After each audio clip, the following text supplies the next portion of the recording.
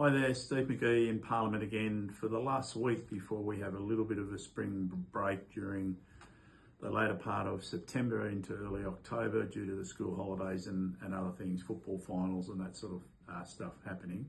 Been a busy week again. My contributions this week within the Chamber have been a member statement regarding the Silverdale sound wall and calling out the council and the councillors for not committing or recommitting to that sound wall being built for the residents down there that have got to put up with the noise and the pollution and things like that, and it's been unbearable for those poor people down at the Silverdale estate, and we'll continue to call out the council until they pull their finger out and build that sound wall. The other things I've contributed to in two pieces of legislation, I did a debate today on the Criminal Organisations Amendment Bill, and that's to make the laws tougher in regard to a lot of these criminal organisations, in particular with what we've seen lately in the firebombing and the destruction of tobacco shops.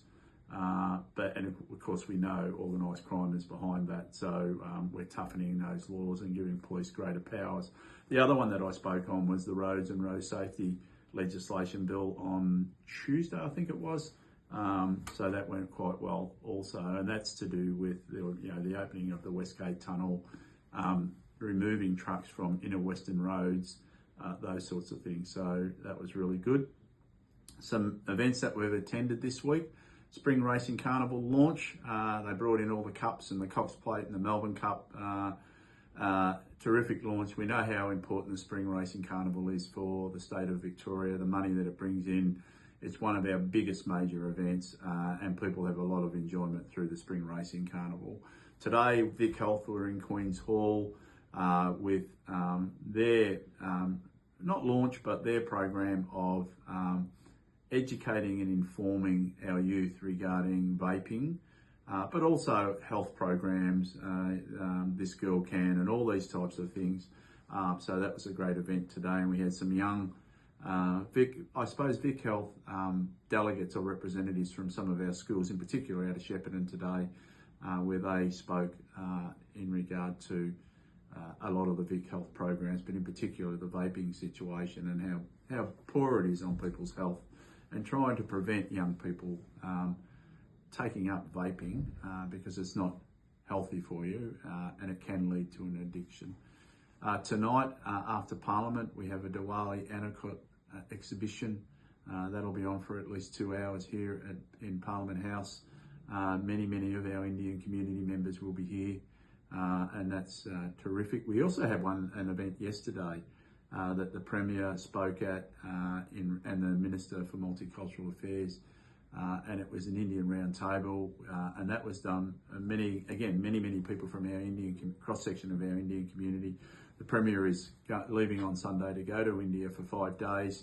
Clearly, trade will be one of the big focus points in regard to her travels over to India, and a great relationship between India and Victoria. And we want to bring as much trade and students and businesses into Victoria, and we know the Indian community can deliver on that.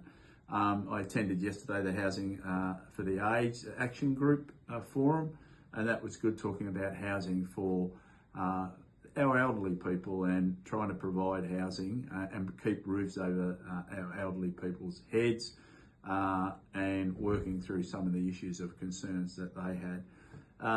The Big Red Kidney Bus was here on Tuesday. It's their 10th anniversary, where these buses have dialysis chairs in it. They go around to particular locations throughout the state. There's a number of buses throughout Australia. They allow someone that's on dialysis to be able to go away for a holiday. So this Big Red Kidney Bus, people can go and travel and have a holiday and then be able to dialyse in that location where they might be holidaying. So that's fantastic, and it's their 10th anniversary, and it was a great event.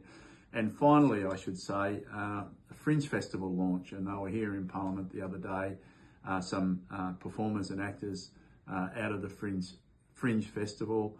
I think it starts on the 1st of October, goes through to the 20th of October. Many acts, performances, and they're coming out to the regions. I recommend people to have a look on the Fringe Festival site. I know I've got a heap of information here, and I think it's worthwhile people having a look at. It's really entertaining. There's some different acts and performances that some people may not think are suitable to them, but as I say, it caters for everyone, and it's a great event for Victoria, the Fringe Festival starting very soon. So I think that's it. We're nearly winding up in Parliament today. As I say, we've got events tonight, back in Melton tomorrow and next week, except for Monday. And we'll get on and keep on getting things done out in Melton. Thanks.